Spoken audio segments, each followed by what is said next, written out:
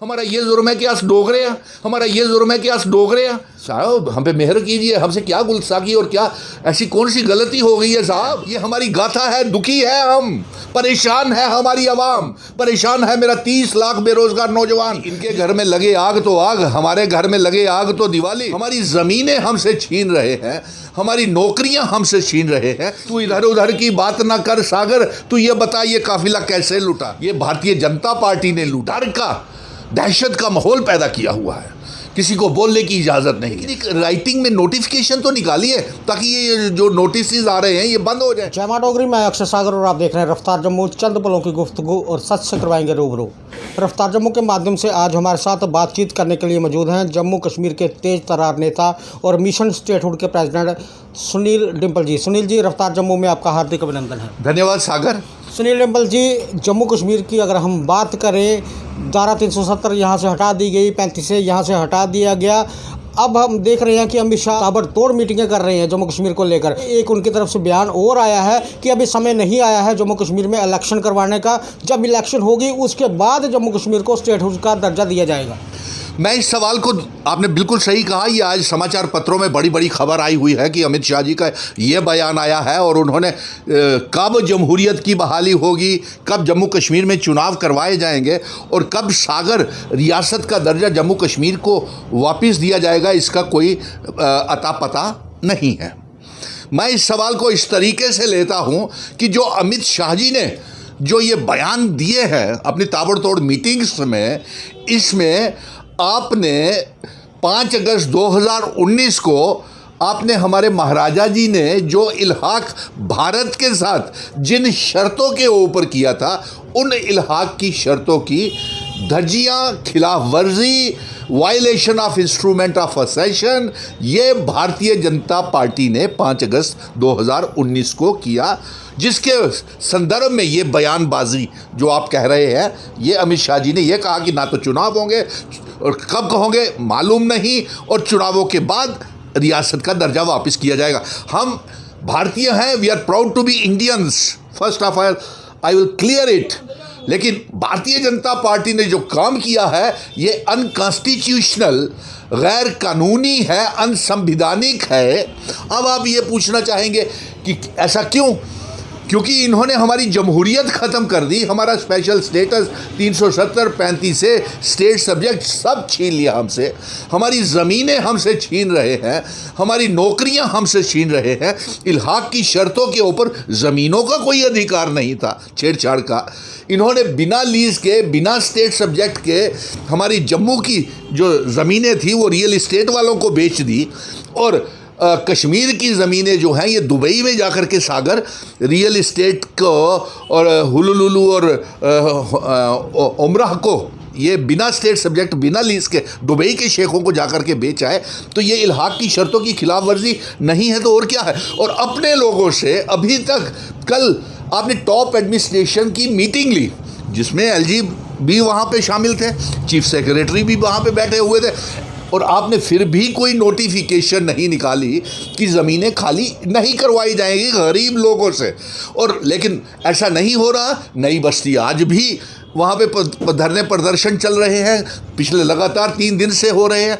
सुंजवा, बठिंडी और नरवाल बाईपास, चट्टा, सिदरा और कश्मीर भी, यहाँ तक देखिए कि आज सुनने में अभी यही समाचार आ रहे हैं कि कश्मीर भी आज इन्हीं ज़मीनों को खाली करवाने के लिए लाल चौक बंद है, अनंतनाग डिस्ट्रिक्ट, और मालूम नहीं शाम तक पता चलेगा कि किन किन ज़िलों में बंद की काल है और किसने दी हुई है, यह भी हम पूरी जानकारी नहीं। सुनील जी, जिस तरह से आप कह रहे हैं कि ज़मीनें खाली करवाई जा रही हैं, अदालत ने कहा है कि इलीगल इंक्रोचमेंट हटा दो, नोटिस भी सर्व किए जा रहे हैं। वो कहा जाता है कि मुफलिसी में आटा गिला नुमा लोग इस समय चीख रहे हैं, चिल्ला रहे हैं, सुनने वाला कोई नहीं, एलजी प्रशासन खामोश है। लेकिन जो राजनीतिक दल है अपनी जो राजनीतिक रोटियां हैं वो अच्छे से सेक रहे हैं, जिस तरह हमने नवी बस्ती में भी देखा। भारतीय जनता पार्टी के रविंदर रैना जी जाकर वहां से लोगों से जो नोटिस आए हैं वो एकत्रित कर रहे हैं। कोर्ट ने ये नोटिस निकाले हैं, अगर रिटर्न में दिए हैं तो उसकी वापसी भी रिटर्न में होनी चाहिए। अब आश्वासन पे आश्वासन राजनीतिक दल दे रहे हैं। हालांकि भाजपा ज़्यादा अग्रसर है क्योंकि दिल्ली में भाजपा की सरकार है, जम्मू कश्मीर प्रशासन भाजपा के कहने पर चल रहा है। जी बिल्कुल, आपने सही कहा। और रोटियों के साथ साथ पोलराइजेशन करने की भी योजना बनाई जा रही है।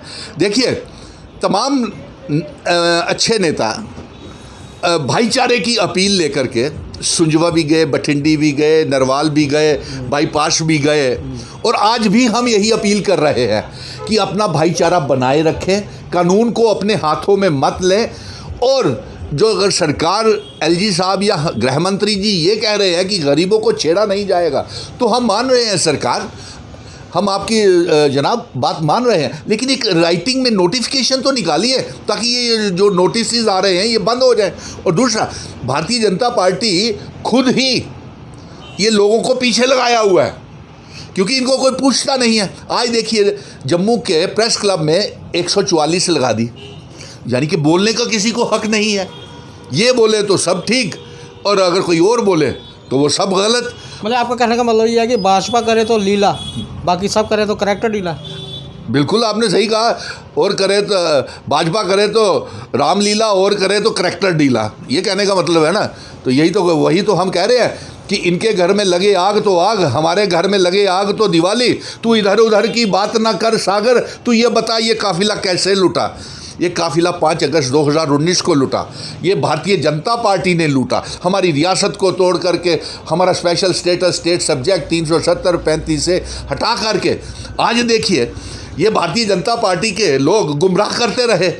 नेशनल यूथ कॉर्प्स के बच्चों को रहबरे खेल, जंगलात, सेहत, एसपीओज, विलेज डिफेंस कमेटीज़ के मेंबर, पीएचई, पीडीडी, पीडब्ल्यूडी के डेली वेजर्स, आंगनवाड़ी वर्कर्स को, और यहाँ तक कि ये गुमराह करते रहे कश्मीरी पंडितों को भी और रिजर्व कैटेगरी के मुलाजिमों को। नहीं, जो आप बात ये रख रहे हैं, हम उसी को आगे जोड़ते हैं कि साल में 4 मौसम होते हैं, समय अनुसार मौसम बदलते रहते हैं। लेकिन जम्मू कश्मीर में एक ऐसा मौसम है जो सदाबहार चल रहा है और पिछले कई वर्षों से चल रहा है, उसे कहते हैं प्रोटेस्ट मौसम। आपको क्या लगता है कि ये प्रोटेस्ट मौसम नुमा जो ग्रहण जम्मू कश्मीर में लगा हुआ है कब खत्म होगा? देखिए सागर, आपने बड़ा अच्छा कहा कि ये मौसम, मैं इसको कहूँगा, बड़े आपने मौसम का नाम दिया ना इसको, ये कब बदलेगा, कब शुरू हुआ? ये 5 अगस्त 2019 को शुरू हुआ। हमने तब भी कहा था, और ये मजबूरी है, ये मौसम नहीं है, ये हमारी गाथा है। दुखी है हम, परेशान है हमारी आवाम, परेशान है मेरा 30 लाख बेरोजगार नौजवान, जिसको लेकर के मैं 5 अगस्त 2019 को जंग का ऐलान किया था कि मैं अपने बुजुर्गों की विरासत, हिंदू, मुस्लिम, सिख, ईसाई, गुज्जर, बकरवाल, चिनावली, पीर पंजाल, पहाड़ी लोगों की रियासत वापस लेके आऊँगा। मैं मान सम्मान के साथ जो मेरे महाराजा जी की पगड़ी को उछाला है, जो उनकी रियासत की तौहीन की है, वो हमसे बर्दाश्त नहीं हुई और हमने जंग का ऐलान किया था। और हमने ये कहा था सागर कि इसका खमियाजा जम्मू कश्मीर के नौजवानों को, व्यापारियों को, लोगों को, सबको भुगतना पड़ेगा। और उसी का ये नतीजा है कि आज 30 लाख बेरोजगार नौजवान मेरा जम्मू की सड़कों के ऊपर है, उनकी कोई सुन नहीं रहा। और अब कल अमित शाह जी मीटिंग लेते हैं, आप कह रहे हैं इसको मौसम है। ये मौसम नहीं है मेरे भाई, ये दर्द है, जो परेशानी है। आज मेरे सारे के सारे बच्चे सड़कों के ऊपर है, बेटियां, बेटे, उनकी कोई सुनवाई नहीं है। आपको क्या लगता है कि डर का व्यापार चलाया जा रहा है? क्या तानाशाही चल रही है या लोकतंत्र? हाँ, ये मैं मानता हूँ। आपने बिल्कुल सही कहा कि डर का, दहशत का माहौल पैदा किया हुआ है, किसी को बोलने की इजाज़त नहीं है। आज भी मेरे कश्मीरी पंडित और रिजर्व कैटेगरी के मुलाजिमों को गिरफ्तार कर लिया गया।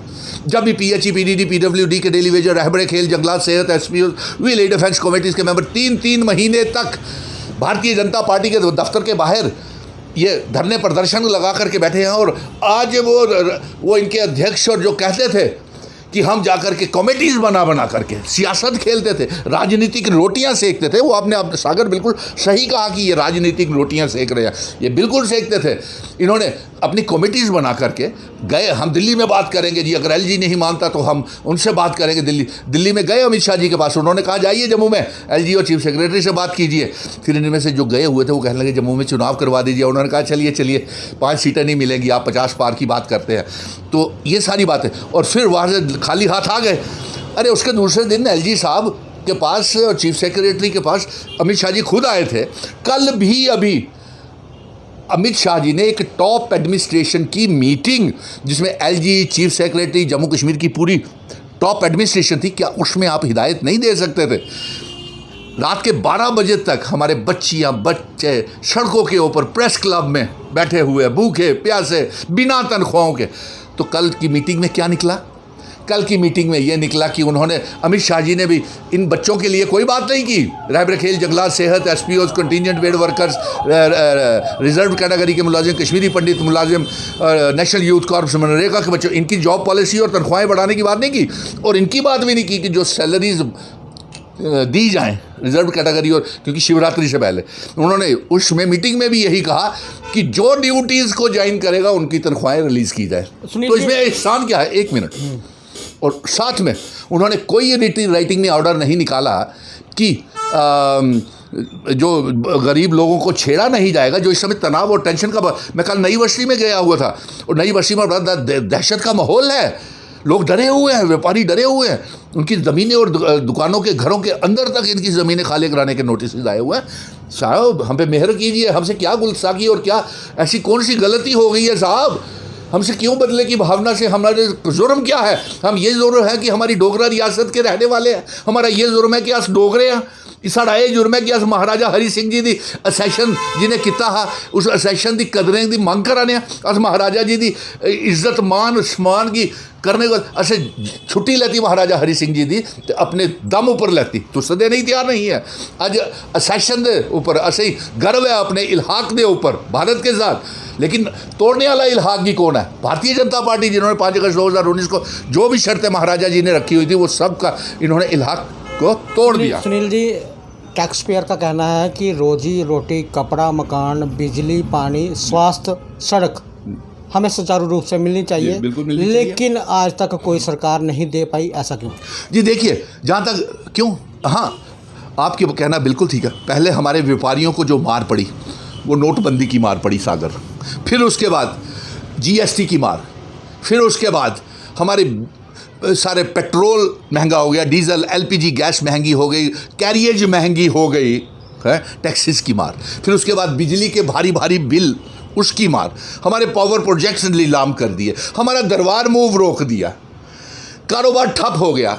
टैक्सेस, जिस टैक्सेस का फ़ायदा सरकार को लाखों करोड़ों रुपए का जीएसटी का फ़ायदा वो जम्मू के व्यापारी अगर काम होता। आज जम्मू के व्यापारी सारे होटल्स, रेस्टोरेंट, आप किसी भी बाज़ार में चले जाइए, रघुनाथ बाज़ार, सिटी चौक, पुरानी मंडी, अभी 2-3 दिन में हम पुरानी मंडी में एक बहुत बड़ा धरना प्रदर्शन होने वाला है हमारा कि प्रॉपर्टी टैक्स के खिलाफ, दरबार मूव के खिलाफ। आपने हमारे कारोबार सारे ठप कर दिए और मैं आपके माध्यम से ये संदेश भेज रहा हूँ कि ये एजिटेशन, अगर प्रॉपर्टी टैक्स हम पे लगाया गया तो हम इस आंदोलन को और तेज कर देंगे। सुनील जी, एक मुद्दा बहुत ज़्यादा गरमाया हुआ है इस समय हिंदुस्तान में, अडानी को लेकर। जी ठीक है, विपक्ष घेराव कर रहा है केंद्र सरकार का, मोदी सरकार का, लेकिन अमित शाह जो कि गृह मंत्री हैं, उन्होंने कह दिया है कि अगर आपके पास सबूत है तो चले जाएं कोर्ट।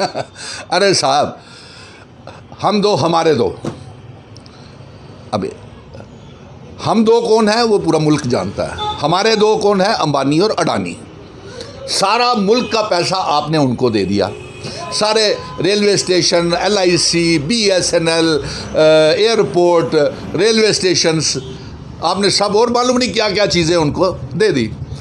अब वो अडानी लाखों करोड़ रुपए का, उसमें जम्मू कश्मीर का भी पैसा फंसा हुआ है। जम्मू कश्मीर के बैंक का 500,000 करोड़ के करीब ज़्यादा इधर इनका जम्मू कश्मीर का पैसा फंसा हुआ है। अरे साहब, हम तो गरीब लोग हैं, हमारे ऊपर रहम कीजिए। आप अडानी की, मनोज सिन्हा साहब, और क्या नाम इसका, मनोज सिन्हा की भी जिम्मेवारी बनती है कि अडानी के लिए मांग करे कि जम्मू कश्मीर का पैसा वापस करे, और साथ में उसकी हमारी तरफ से ये मांग कीजिए कि अडानी की ED की, NIA की या CBI द्वारा या JPC की द्वारा, जॉइंट पार्लियामेंट कमेटी के द्वारा इन्वेस्टिगेशन करवाई जाए ताकि लोगों का पैसा डूबे नहीं। इससे पहले नीरव मोदी भाग गया, उसके पहले विजय वालिया भगा दिया आपने। आप 2 करोड़ नौकरियां देने का वादा आपने पूरा नहीं किया। 15 लाख जो हमारे अकाउंटों में आना था वो तो आपने किया नहीं। यानी कि आपने सारे का सारा लोगों में गलत नैरेटिव जम्मू कश्मीर को लेकर के भेज रहे हैं। और अडानी के लिए हमने मांग कर ली है कि ईडी को दिया जाए, जेपीसी से करवाई जाए या एनआईए से या सीबीआई से करवाई जाए। उसका होना बेहद ज़रूरी है। आपका प्रश्न बिल्कुल सही है। सुनील जी, अब आखिरी सवाल, ये वही सवाल है पिछले इंटरव्यू में मैं आपसे पूछ चुका हूँ। पहले पूरा सवाल सुन लीजिएगा। खिंच फोटो, सफाई कर्मचारी नाली में ब्लॉकेज हटा रहा है, जल शक्ति विभाग का कोई किसी का नल ठीक कर रहा है, सड़क पर ब्लैक टॉपिंग हो रही है या सड़क की मरम्मत हो रही है, नेता आता है खड़ा होकर कहता है खिंच फोटो, ठीक है।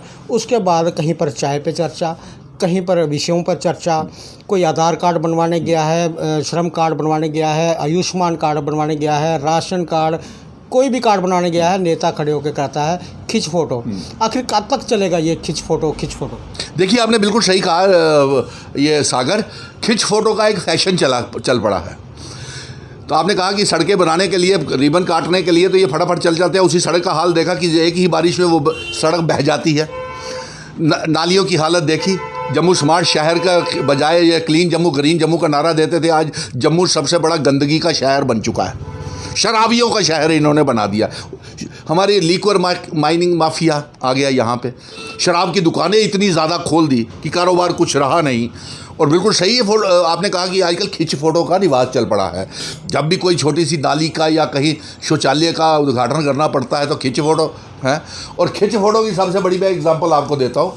खिंच फोटो का जो आपका जवाब है ना, वो ये है, कितने कितने बड़े विज्ञापन फ्रंट पेज और बैक पेज को, जब देश का, मुल्क का प्रधानमंत्री ही खिंच फोटो का शौकीन हो, जब खिंच फोटो के शौकीन हमारे प्रधानमंत्री जी को शौक हो बड़ी बड़ी फोटोज़ का, तो ये छोटे छोटे ये जो खिंच फोटो है ये किसके पैसे से ऐड आ रही है? हाँ, ये सागर हमारे बच्चों के लिए, ये जो बच्चे सड़क के ऊपर बैठे हुए हैं, भाजपा दफ्तर के बाहर जनाजे निकाल रहे हैं, उनके लिए तो कोई पैसा नहीं है। लेकिन ये करोड़ों रुपए का, अभी और मैं आपके पूरे हिंदुस्तान की अखबारें दिखा सकता हूँ, करोड़ों रुपए के विज्ञापन छापे जा रहे हैं।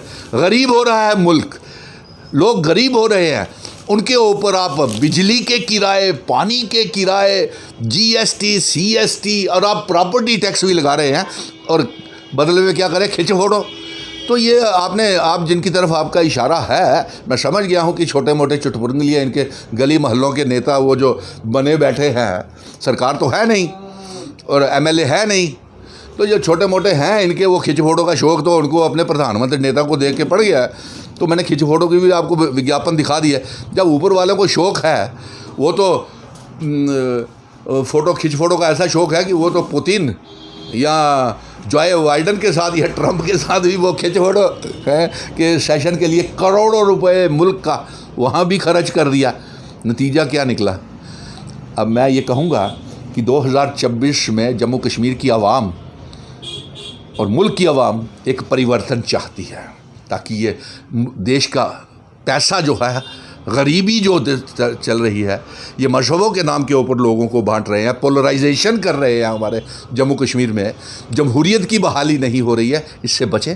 और अपील है सबसे कि सभी इकट्ठे रहे। सागर, आपका बहुत बहुत शुक्रिया, आपने हमें समय दिया। सुनील जी, बात करने के लिए बहुत बहुत धन्यवाद। धन्यवाद। ये सुनील डिम्पल जी हैं, जैसे कि मैंने शुरू में ही कहा, तेज तर्रार नेता है और मिशन स्टेटहुड के प्रेसिडेंट हैं। इनकी मांग है कि जम्मू कश्मीर को पहले स्टेट का दर्जा दिया जाए, उसके बाद जम्मू कश्मीर में इलेक्शन करवाई जाए। हालांकि गृह मंत्री अमित शाह ने क्लियर कर दिया है कि अभी समय नहीं आया है जम्मू कश्मीर में इलेक्शन करवाने का, जब समय आएगा तब जम्मू कश्मीर में इलेक्शन करवाई जाएगी और उसके बाद स्टेट का दर्जा दिया जाएगा। और साथ ही साथ जम्मू कश्मीर में जो प्रोटेस्ट मौसम चल रहा है वो भी ख़त्म होने का नाम नहीं ले रहा। काफ़ी सारे सवाल सुनील डिम्पल जी के आगे रखे गए और इन्होंने अपने अंदाज में और दाकड़ अंदाज में हर एक सवाल का जवाब दिया। आगे भी देखते रहे रफ्तार जम्मू। जय भारत।